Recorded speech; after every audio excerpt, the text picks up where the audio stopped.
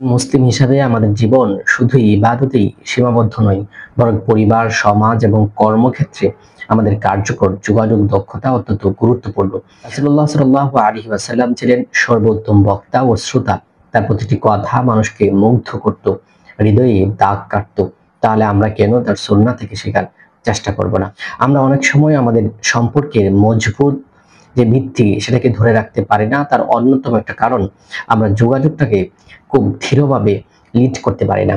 তো আজকের ভিডিওতে আমরা কিছু এমন বিষয় আপনাদের সামনে উপস্থাপন করছি যা আপনাদের সম্পর্ককে দৃঢ় রাখতে সহায়তা করবে। কিভাবে সুন্দর এবং ইতিবাচক কথা বলা যায় সেটি ভিডিওতে আলোচনা করছি।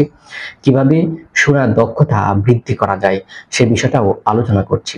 তো প্রথমত আপনাকে যে বিষয়টা যোগাযোগ বৃদ্ধির জন্য করতে হবে সেটা হচ্ছে সংযত ও মধুর ভাষা ব্যবহার করতে হবে। রাসূলুল্লাহ সাল্লাল্লাহু আলাইহি ওয়াসাল্লাম এই ব্যাপারে বলেছেন, যে ব্যক্তি আল্লাহ ও পরকালের প্রতি ঈমান রাখে সে যেন উত্তম কথা বলে অথবা নীরব থাকে।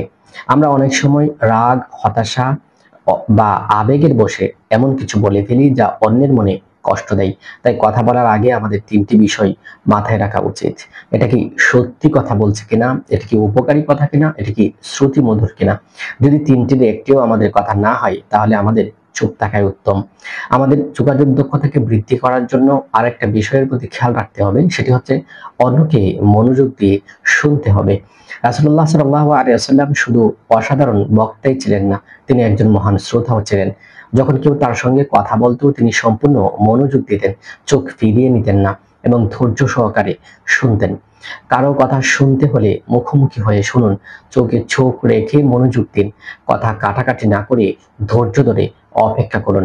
যদি আমরা এই অভ্যাস গড়ে তুলি তাহলে আমাদের সম্পর্ক আরো মজবুত হবে ইনশাআল্লাহ।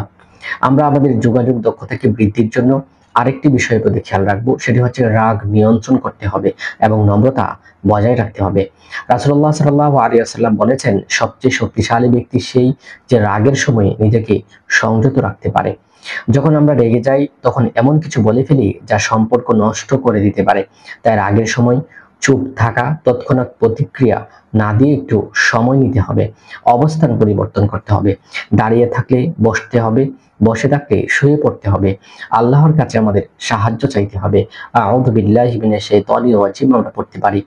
ইনশাআল্লাহ আমাদের মন শান্ত হবে এবং ভুল সিদ্ধান্ত আমরা এড়িয়ে যেতে পারবো। আমাদের সম্পর্ককে দৃঢ় করতে আরেকটা বিষয়ের প্রতি আমরা খেয়াল রাখবো, সেটি হচ্ছে দোয়া এবং ভালোবাসার মাধ্যমে সম্পর্ককে দৃঢ় করতে হবে। আমাদের পরিবার, বন্ধু বান্ধব এবং সহকর্মীদের সঙ্গে সম্পর্ক সুন্দর রাখতে হলে শুধু কথা নয় বরং দোয়াও করতে হবে। আল্লাহ তাআলা কোরআনে বলেছেন, তোমরা ভালো কাজ ও তাকওয়ার ক্ষেত্রে একে অপরকে সাহায্য করো। প্রতিদিন পরিবারের জন্য আমাদের দোয়া করা উচিত, তাদের ছোট ছোট কাজের প্রশংসা করা উচিত, তাদের ক্ষমা করতে শিখতে হবে এবং অহংকারকে এড়িয়ে চলতে হবে। আমরা যদি এই বিষয়গুলোর মধ্যে লক্ষ্য রাখতে পারি তাহলে আমাদের সম্পর্ক আরো দৃঢ় হবে, হৃদয়ে আমাদের প্রশান্তি আসবে। কার্যকর যোগাযোগ শুধু মুখের কথা নয় বরং হৃদয়ের সম্পর্ক। সংযত ও মধুর ভাষা ব্যবহার, মনোযোগ দিয়ে কথা শোনা, রাগ নিয়ন্ত্রণ করা, দোয়া ও ভালোবাসার মাধ্যমে সম্পর্ক আমাদের দৃঢ় করতে হবে। যদি আমরা রাসূলুল্লাহ সাল্লাল্লাহু আলাইহি ওয়াসাল্লামের সুন্নাহ মেনে চলি তাহলে আমাদের ব্যক্তিগত, পারিবারিক এবং সামাজিক জীবনে এক অপূর্ব পরিবর্তন আসবে।